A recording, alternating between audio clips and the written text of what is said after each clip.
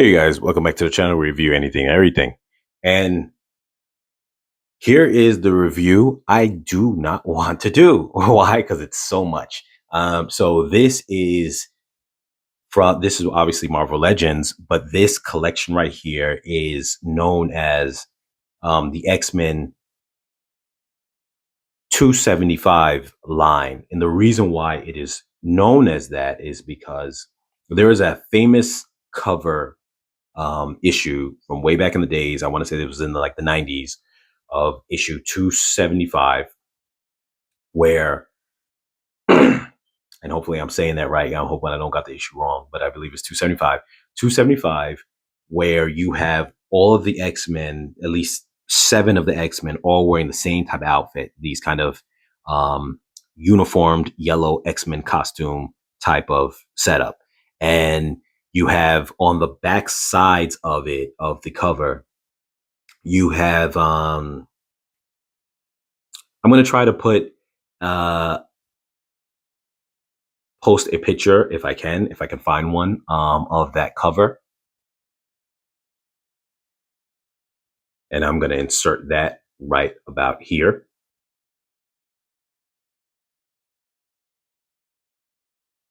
So jumping into this, essentially, like in that cover though, you have on the sidelines all the other kind of side characters who are not kind of with this group of the X-Men at the moment. So this is just the main ones that are in this cover, and the other ones are almost in like a black and white kind of color on the side, just to kind of denote that these are the ones standing out in the picture. They're not black and white, but it's something black and white-ish, and these are the ones standing out in the front. And other than that, you have Xavier too, but he's not wearing this type of costume, but he's wearing something else. So that is the line here. Now, it's funny that they didn't give you Wolverine in the packaging. I don't know if it's because he would throw things off where you'd have to have a 4-pack and then a 3-pack. I don't know. But for whatever reason, Wolverine is a carded figure and he's separate. He has lifelike sculpting on the face, which is really nice. And then he's got 2 sets of hands. And now, what's interesting when it comes to these is this set here also has the lifelike faces on the characters.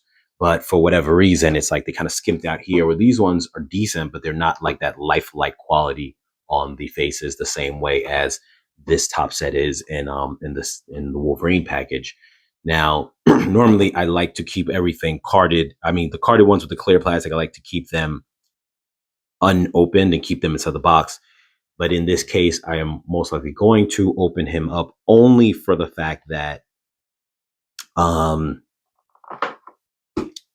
don't like these boxes where they're, you can't see the figures in them and then keep them in box, because at that point you can't even see the figures. So I'm definitely going to unbox these. So for that reason, it's kind of only right that I bring Wolverine along with the mix. I also want to just point out that I guess that's the set of figures that come along with this kind of generation or this line for Wolverine. And here you see them on the back.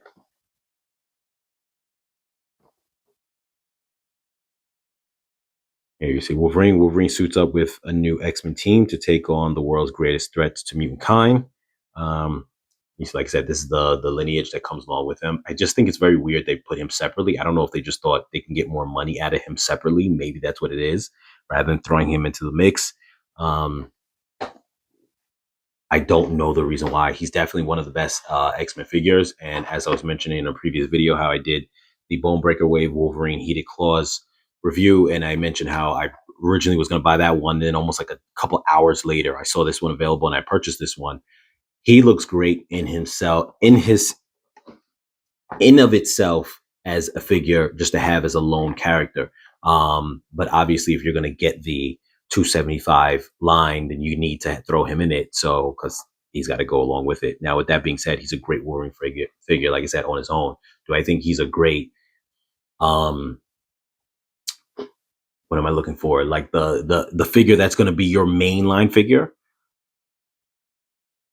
Nah, I want to say no if he was going to be your only Wolverine figure. Why? Because he's a great figure, but he doesn't have the mask. He doesn't have, he's going to look like he's made to be on the team right here, where Wolverine obviously is one of those characters who wears many hats, if you want to say, in the sense that he's got a lot of different costumes. He looks good without a costume at all. He looks good. And they recently released the Sabretooth and Wolverine plainclothes combo pack, which I think the Wolverine looks amazing on it. Also with this kind of realistic sculpt kind of face like that, it doesn't look comic like. It doesn't look movie. I mean, it doesn't look,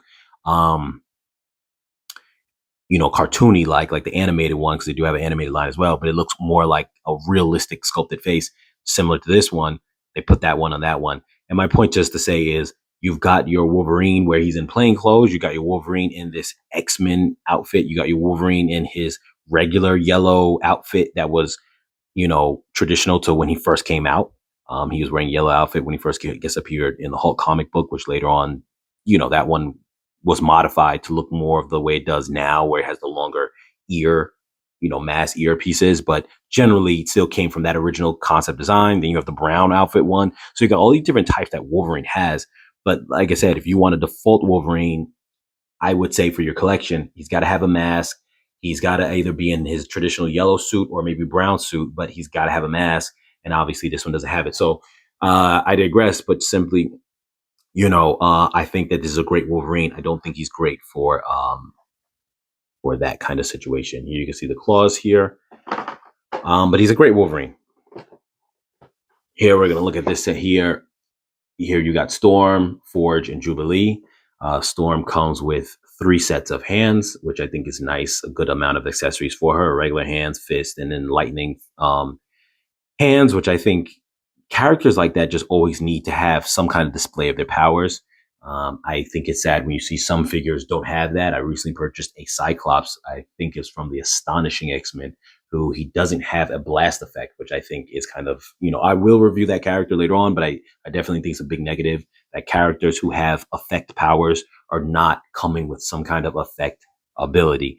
Forge, obviously, his thing is just intelligence, so they do give him a big gun, which is fine, that he probably put together with his technomance powers, essentially. And if I'm saying that incorrectly, you could correct me in the comments, but essentially his powers is that he's like a kind of genius when it comes to putting together technology, almost like Iron Man, but his comes more from a mutant power and not so much just from, not from him, just regular, just being a genius, even though he has genius level intelligence, according to Marvel in their stats. And then we have Jubilee over here. Now, Jubilee, I think, also is really cool because she comes with a good amount of accessories. She's the only figure, at least in this pack. I haven't checked out the back of that one yet, but at least in this set that has 2 heads. So I think that's really cool. One where she's blowing bubble gum. So obviously that can't be just a default head. She got to have a normal head. So she's got a normal head with sunglasses she could wear, 2 additional hands, and her blast effect powers, which whether you like the way they look or not, like I said, they're very reserved, but at the same time too, I think it's just always very important for characters like that to have some kind of blast effect. So I think that is in itself a very big deal.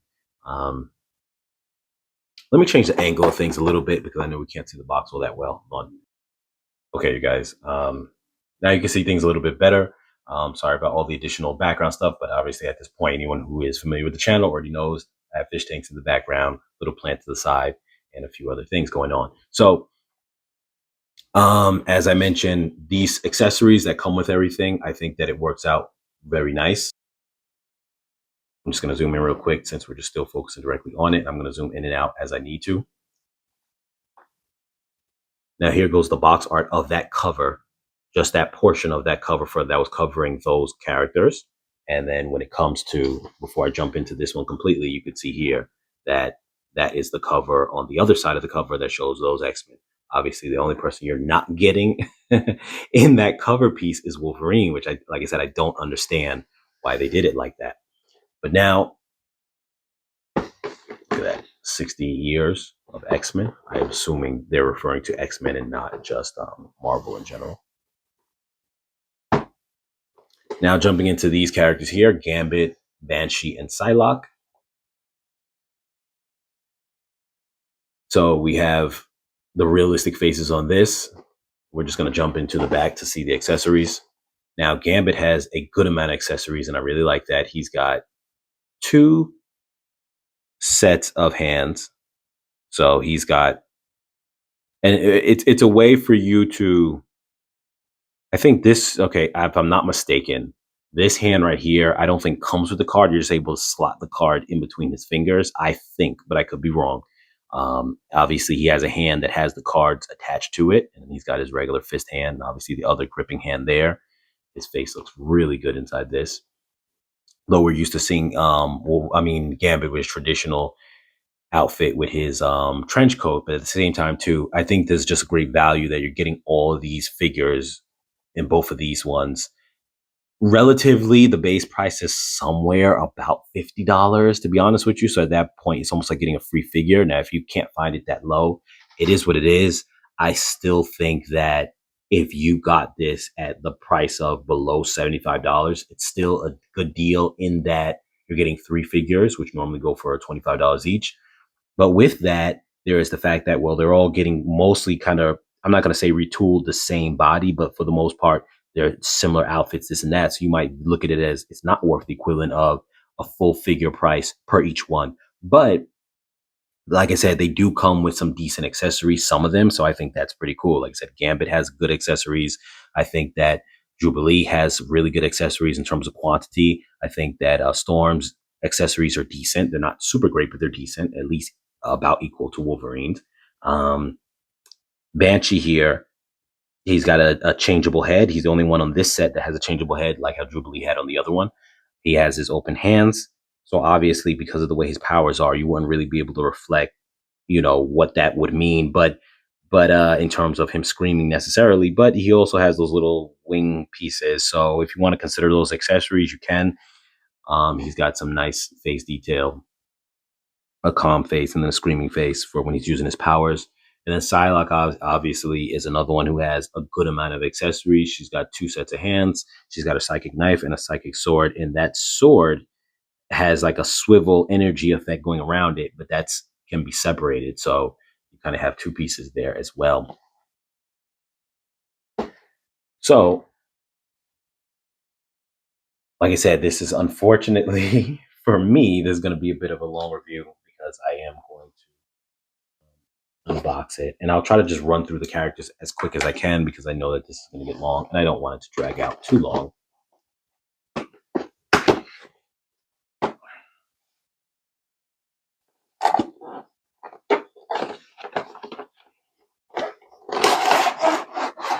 Now, hopefully this is not going to be all that hard for me to get into and further open.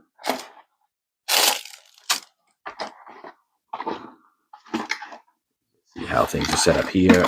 That first bag I pulled out was an accessory bag. The second one and the third one are all accessory bags. This is another accessory bag for Gambit's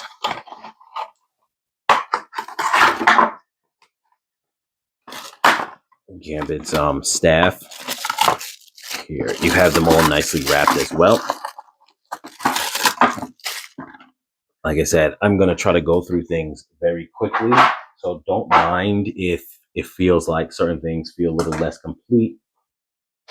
That's not the objective here, but I just know it's a lot to go through, and I'm already rambled on so much that it's already been over 12 minutes.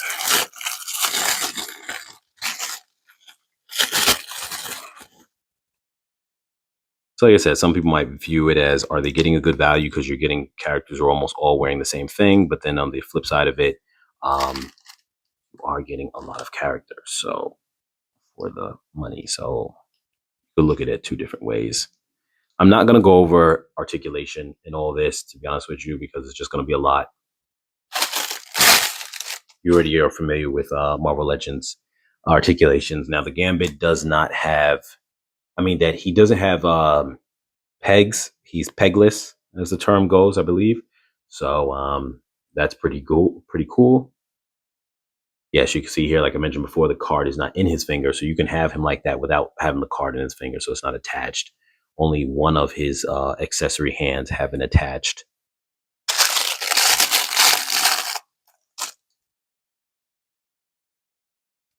Yes, like I was saying, his the other hand is the accessory hand that comes with that stuff pre-built on it, and you can't take it off. So see what we got here. This is that hand. I'm not going to do hand swap outs, but I'll just show you the accessories up close.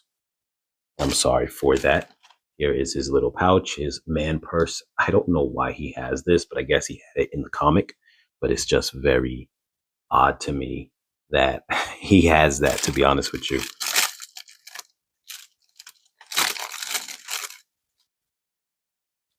Here you have that card. It is looks like the Ace of Hearts. Very just nice effect, I think. Very cool, yes. Ace of Hearts. And then obviously here was his other hand, his gripping hand. I guess would be if you want to throw in his bow staff. Let's see if this slides out.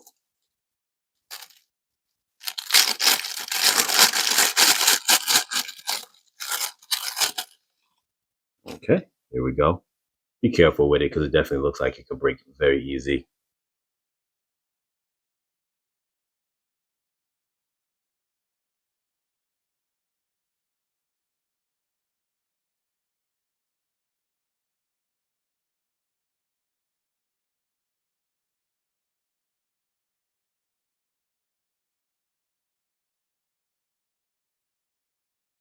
There you go.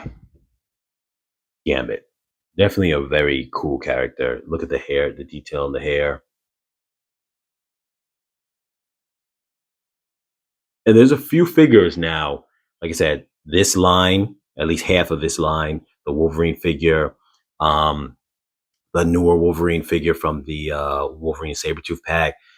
A lot of figures who have this more realistic face and the hair and the detail, and it looks really nice. And I definitely would say that that is something that I'm actually liking a lot.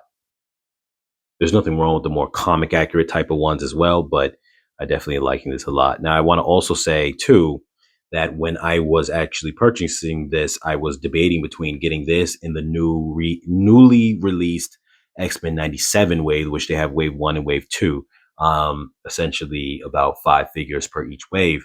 I didn't really want all the characters, but just the ones that pertain to the X-Men, whatever, because they do have Goblin Queen, Executioner. I wasn't going to want them. But when I thought of just value and I was only able to kind of really go with one at the moment, I just preferred the idea of going for this. One, I felt that overall it actually was a better value. And then two, and like I said, I'm new to collecting, and I feel that if you're making a general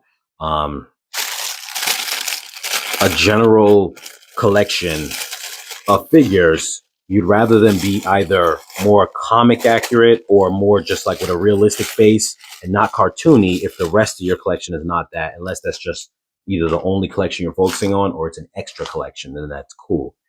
Here we have Banshee.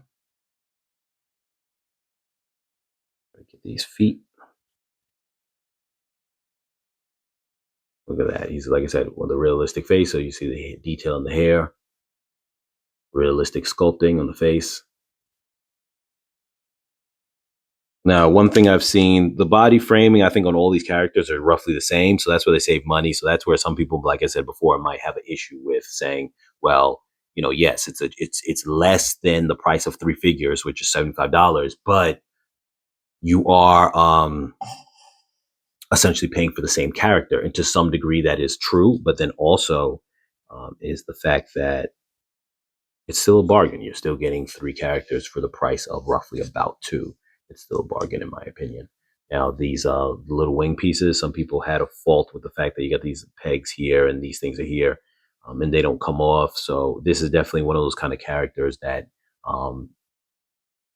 that's just how he's going to be. But the original figure from the old 90s line of figures, Banshee, was the same way. He had these things attached, except they were cheap plastic. This is more of like a nylon-ish fabric material, it feels like.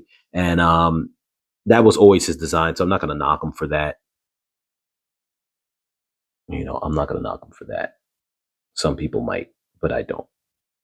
Because they're just certain characters who that's just how they're going to be. You know, they're going to have those limitations because that's the way you make them the way they are. Now, they could have done the old school. I don't know if this was even in the old school way, but back in the days, you sometimes had those little clips that go around the arm, and that's how you would hold it in. They could have done that.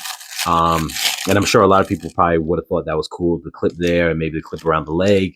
I don't know how they would have made the back kind of attach. Maybe it could have been a big clip that goes around his waist that connects it. So, maybe down the line they'll change things up. But for now, that's fine. Here goes his accessories, the head, which you have him in that screaming pose, which obviously you kind of need to reflect his power. So even though you don't have him with an energy display or accessory, but obviously he is projecting sound when he's screaming because that's how he does. A lot of good detail in the mouth there too. So I think that's really cool. How close I can get that zoomed in. See if I can do it better when it's wider. Yeah.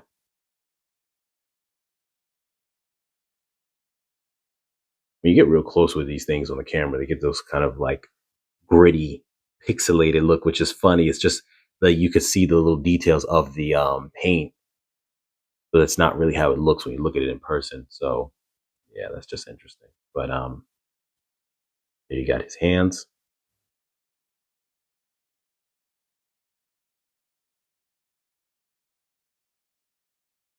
So those are his accessories. I'm going to move him a little bit to the side as we jump into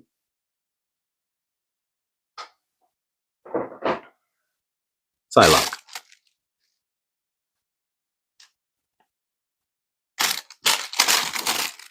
Obviously, it goes without saying, this is definitely a messy kind of situation with all these little packages, but I'm glad that they pack it very well. So here we have Psylocke. Her face sculpt, I think, looks very good as well. Let's zoom in even closer.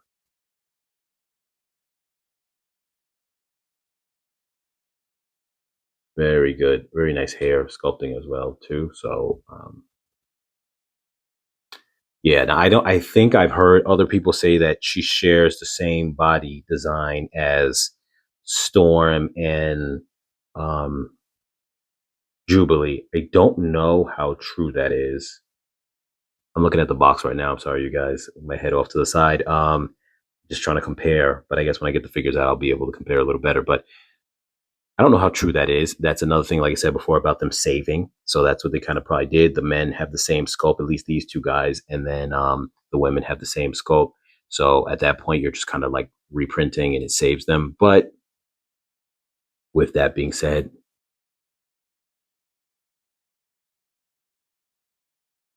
the full all around of the figure. Let's see if I can get her to stand. A little harder to stand. She's got smaller feet, obviously, because she's a woman. But let's see if I can make that work at least a little bit. I'll lean her forward, balance her weight out a little bit. Okay, she's looking downwards, unfortunately, but that's all I can do right now to get her to at least stand. Let's check out her accessories. I don't know if I showed Gambit that area.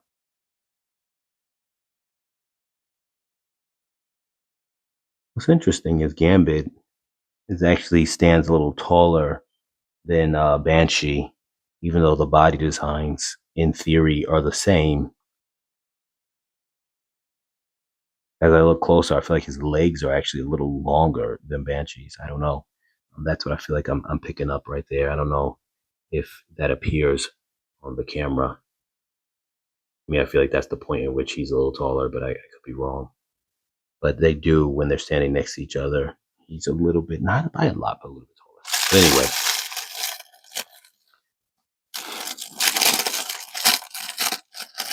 let's get into Psylocke's accessories here. So, the two hands.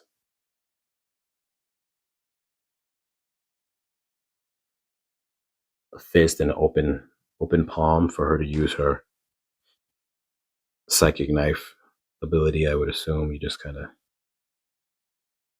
work it in there to some degree. I don't know how.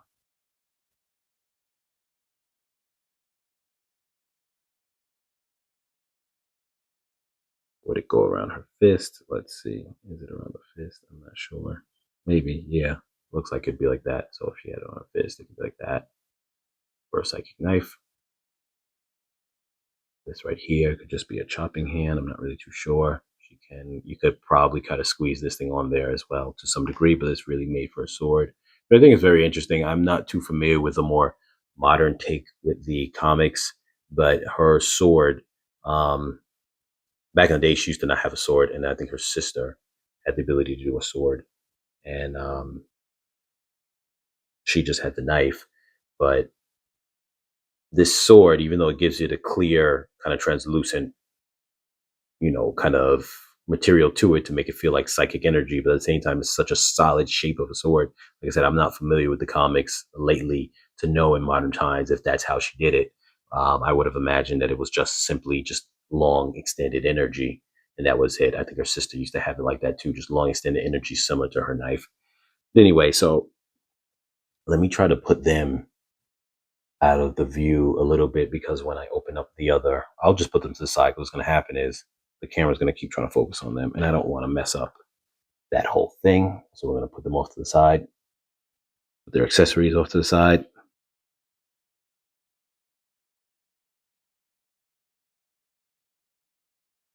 Alrighty. And let's get into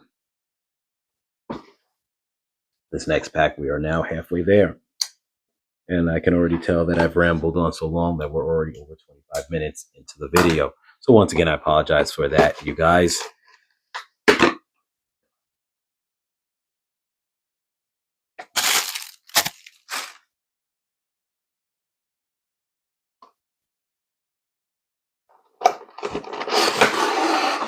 Now, like I said, most people consider this to be the less appealing of the two sets.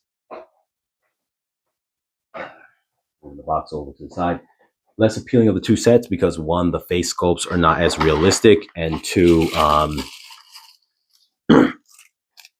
really just the face sculpts not being as realistic, to be honest with you, is the only kind of really drawback or negative people have said. I don't think they're bad. They look very comic accurate. They just don't have that realistic kind of vibe to them. So, like I said, it's not that big of a deal because at least all the costumes look the same. So you still feel like you're within the realm of that matches if you're side by side. And one thing, like I already mentioned before, if a person, what I like about this whole set, other than the fact that you have to buy Wolverine separately, what I like about this whole kind of set of the X-Men 275 is that you are getting,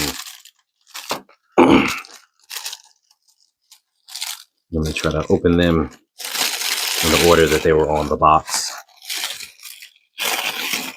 What you're getting is pretty much not the full X-Men roster, but you're getting like a segment of a full X-Men team in these two sets with the Wolverine. So there, to me, that aspect of feeling like you got a complete X-Men team set, and it is complete in the fact that in that issue, this was the full team wearing these suits. So you get a form of the complete set of X-Men, just like if someone said, okay, there's a box set of X-Men Gold and a box set of X-Men Blue, you'd be getting the full set of that version or that setup of the X-Men. So this, you're getting the full setup of the X-Men 275. So that, to me, I think is cool because you're getting a complete set, as opposed to, if, for example, if I would have gone the route of, say, the X-Men animated 97 wave, I would have to buy all the waves that encompass all the X-Men characters, or at least the primary members on the show. And then at that point, which they came out in wave 1 and wave 2, there's still some more figures that would need to come out. And at that point, you're spending a lot. So this is getting you a complete set for relatively cheap price. Sorry about the rambling on there. So here you can see, let me give you a close up on her face. Now, even though it's not super realistic, I still think it's done very well. The hair looks nice, still very detailed. I'm not a fan of this. She's got a bad gap in between her neck area, and that's really bad. None of the other figures had that on the other ones. Let me just take a quick look at Psylocke for a second, because she's got a lot of hair covering down. So Psylocke is the same, but her hair coming down kind of covers it up, so you really don't notice it at a glance when you look at it like that, especially since normally she would be standing a little bit more upright. They had her tilted down because so she could stand. Storm with the short hair, you really see it. It looks bad. So like if you still her from the front angle, then it's not bad. But any other angle, and then so that's a negative. I like that she's got the earrings.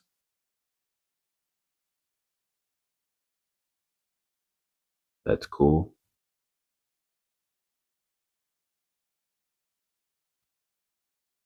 He's got the open hands right now. It's pegless. Let's see if the body design on her is the same. They look generally the same from what I can tell. So, like I said, you have that. So I don't know if that's an issue to some people or not, but to me, it doesn't bother me. Yes, it allowed them to save money, but you're still getting a lot of figures. Get her to stand. There we go. We got Storm standing. Let's see which one is her accessories. These are Jubilee's accessories. So this is Storm's accessories. Now I like that she comes with, I think she comes with good accessories for her character in this box set. Some of the characters have little accessories and some of them have exactly what they need, like just the right amount. They're not over the amount and not under the amount. I feel like she comes with exactly what she needs. She has the 2 fists, which is fine if she wants to do some punching. She has the open hands if she wants to be in a flying pose. And then she has the electric. So these are the regular fist. Then the electric hands, which I think they do a good job. They're at least giving you something to display her power. So I think that's really nice.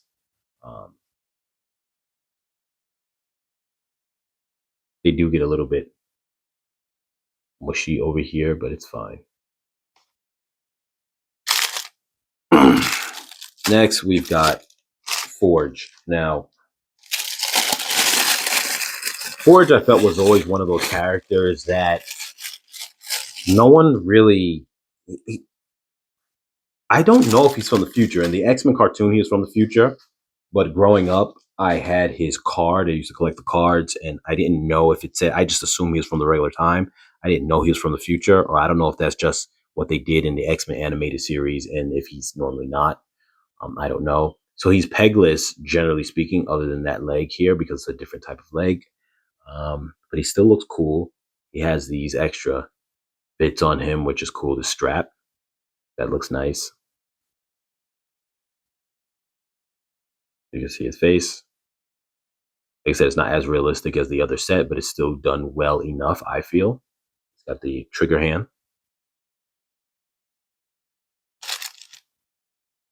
Let's see if I can get him to stand up.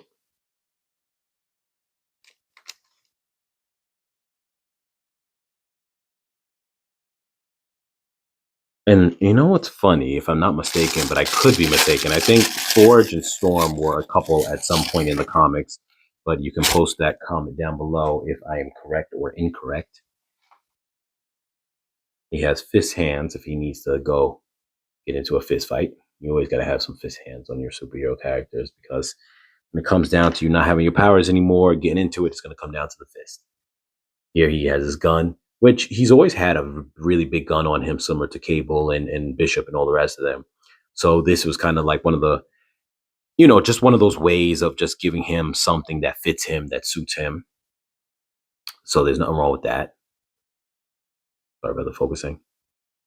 And beyond that, it's just he always had his mechanical leg. There's really no other way to display his powers. Now, I'm going to get into a little rant with this character at the moment and just mention how, as a character himself, I feel like Forge is one of those guys who he could have been a lot more popular if it wasn't for the fact that they really didn't have a place for him. It was almost like he was occupying the same space they later kind of really gave to Henry McCoy Beast. And I feel like part of that, as a kind of a little bit of an issue, was the fact that in theory you could have said, well, the X-Men has a lot of intelligent characters. So in terms of, for those who aren't familiar,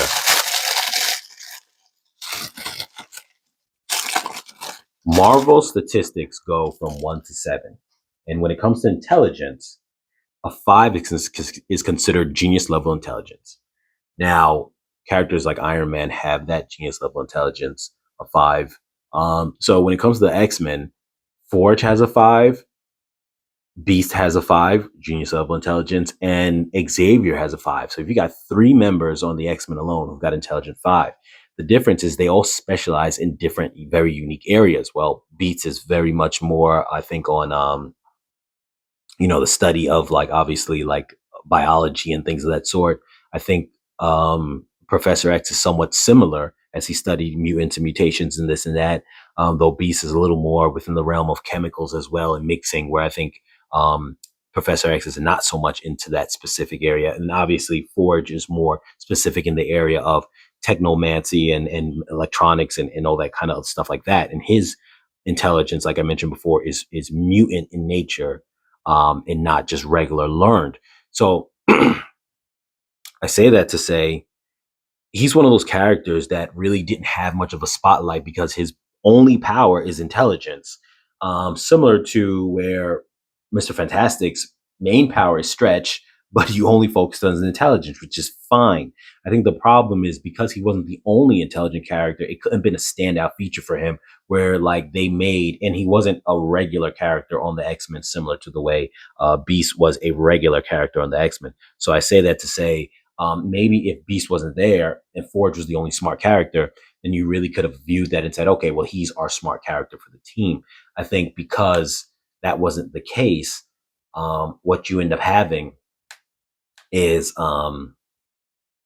he gets overshadowed by Beast, who was a founding member.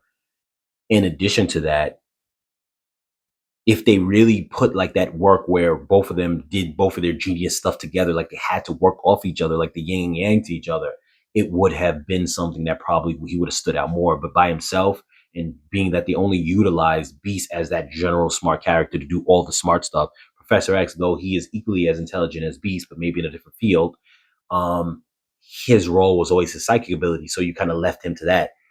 Beast, his strength area. Now, this is something that, and I'm going on a rant here, but this is something that a lot of people may not realize. Based on Marvel's stats and cards, Beast and Rogue were the same strength, strength 4, which meant 10 tons.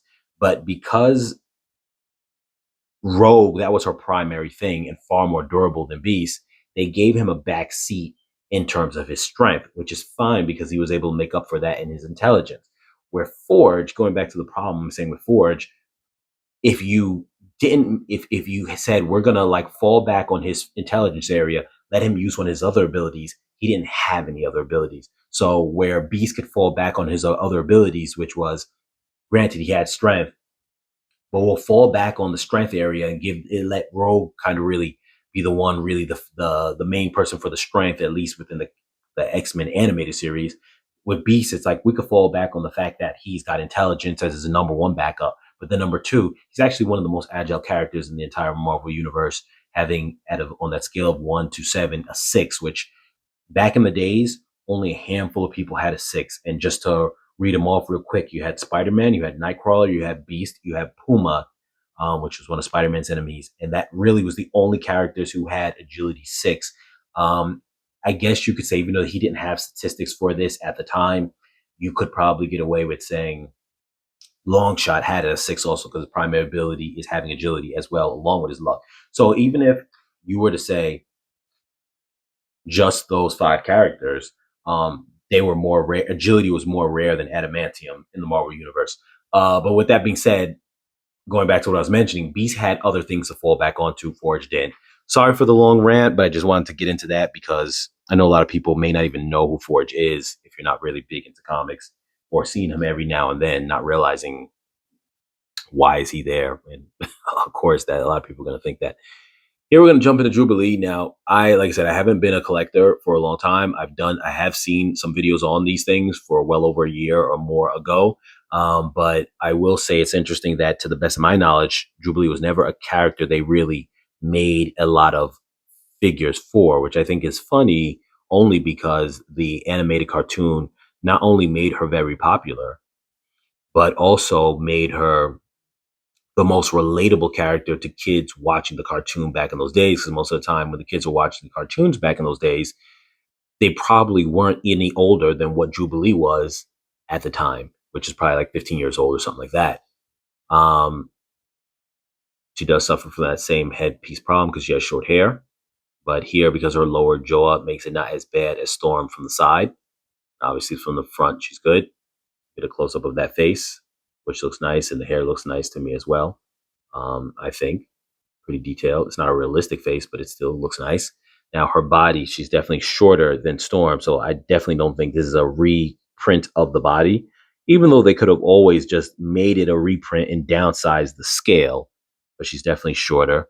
Her gloves are different as well, strapped up gloves. So that's interesting. Let's see if I can get her to stand as well. I was trying to get her feet adjusted when I was talking about her. And there she goes. She does look like she kind of almost has a big head, but it's just the design of how she is. I still think it works because she's emphasizing that young little girl aspect to her. Now, jumping into her accessories, here goes her shades. Sorry about the focusing, you guys.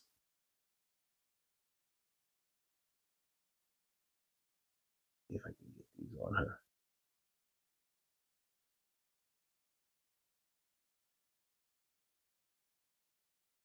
Not an easy task, but it's manageable. Here we go. That looks really good, especially for posing. Obviously, you probably won't be able to play with her like that, but just for the posing, it's pretty good. I'm gonna leave that on her for the moment. We got this head sculpt with the bubble gum. Now it's interesting to give her a full sculpt,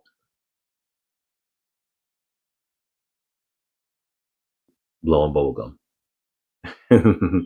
I guess you could put the shades on this head as well.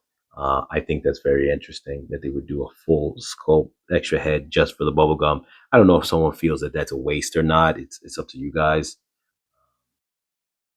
Her hands are open. Here she has her fists because obviously, like I always say, you got to have some fists for superhero characters in case they got to get into the punching. Your powers just fail on you. Her hands are very small though, so that's cool that it feels very fitting. I guess they're about the same size as Storm's fist, to be honest with you. Now that I look at it, that also makes me realize too. I got to make sure I don't get these characters' extra hands mixed up. At least for the regular fist hands, I don't think there's that much of a difference between them. They may have just be the same ones, but I'm not 100% sure on that. And then here goes her energy abilities that will wrap around her hands. I think it looks nice. It's better to have something than nothing. So we have that. And I am going to just throw these guys in between.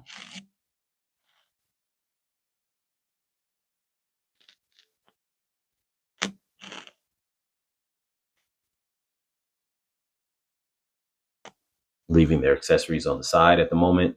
And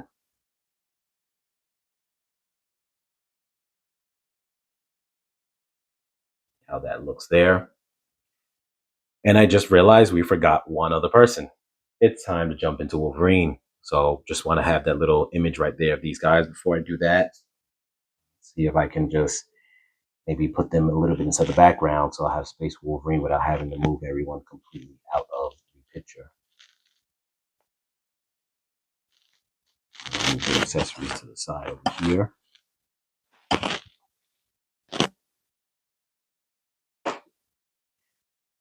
And now we have Wolverine.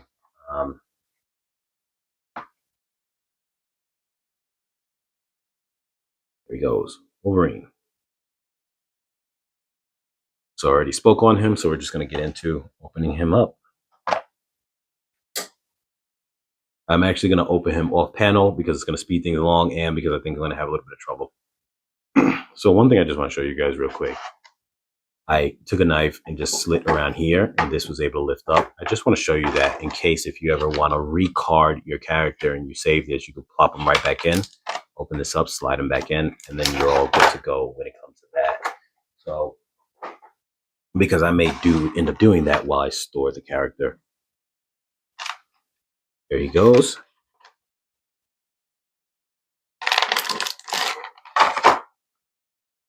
Okay, now seeing how hard it was for me to get Wolverine out of that little packaging, that secondary packaging, I don't think I'll be putting him back in there. But here we can see that face, and the detail, and the hair, very detailed as well. So definitely,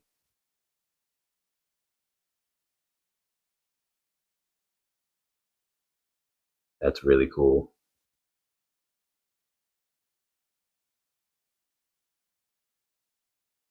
Very realistic face. While we're zoomed in, let's do this one as well. That nice realistic face, and it's very similar to the details on the Bonebreaker Wolverine face. So I think that from that wave on, they were both very detailed, and it works very well. Here you can see the claws.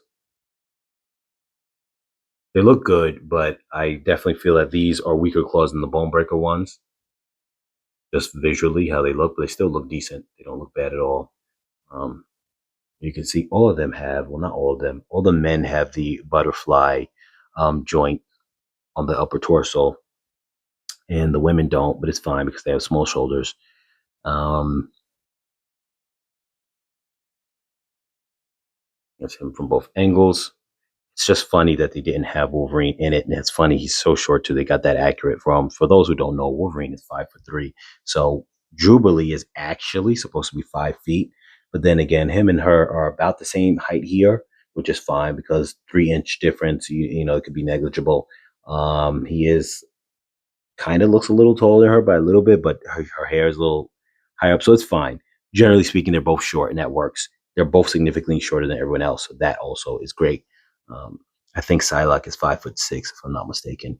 I could be wrong, and I think everyone else, for the most part, I think Gambit is 6'1". I'm not sure about Banshee. I think Forge is also either 6 feet or 6'1". So everyone else is generally a bit taller. Um, show that face, and then here is Wolverine's gloves, obviously. So he comes with like the basic, it's really no different than say like Storm's set up to a degree. Storm, in place of having an additional head, she has an additional set of hands. In Wolverine's case, he has an additional head. So that's like, I would say, the bare standard of accessories you want to have is at least 2 sets of hands and either a secondary head or maybe 3 sets of hands, one of them displaying your power. Because in this case, Wolverine's claws is kind of like his power to be displayed. Um, and if I'm just going to speak on everyone in terms of accessories, the person who has the most limited amount of accessories, I would really say that goes actually between a tie between um mm, it's a tie between Wolverine, Storm, and Banshee and Forge, because Forge trades the gun in place of a hand. I mean, in place of a head, an alternate head. So he has a total. If you do the hands by pairs, um,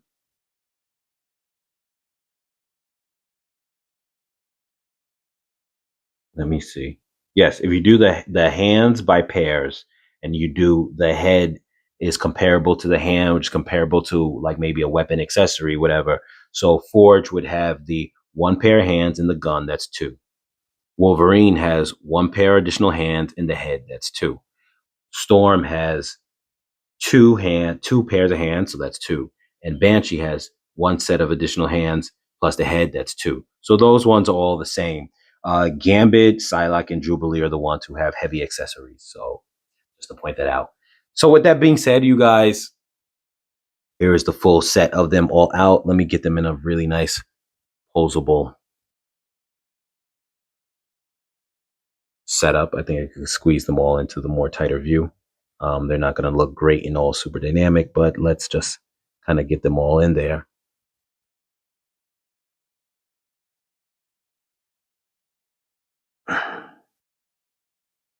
And that is your X-Men 275 line with all the 7 figures.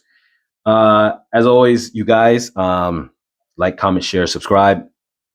I definitely feel that this is definitely worth it because, like I said, in total, you'll probably be spending somewhere about 125 to maybe $150, depending on the price. And I think in total, that's really good for what you're getting. You're getting a complete X-Men set. Obviously, not all the members of the X-Men because the members of the X-Men are almost infinite, but of that specific costume setup or from that specific scene at the moment, this is a complete set of the X-Men line. And I think that makes it worth it. Yeah. So with that being said, you guys, I'll catch you guys in the next video.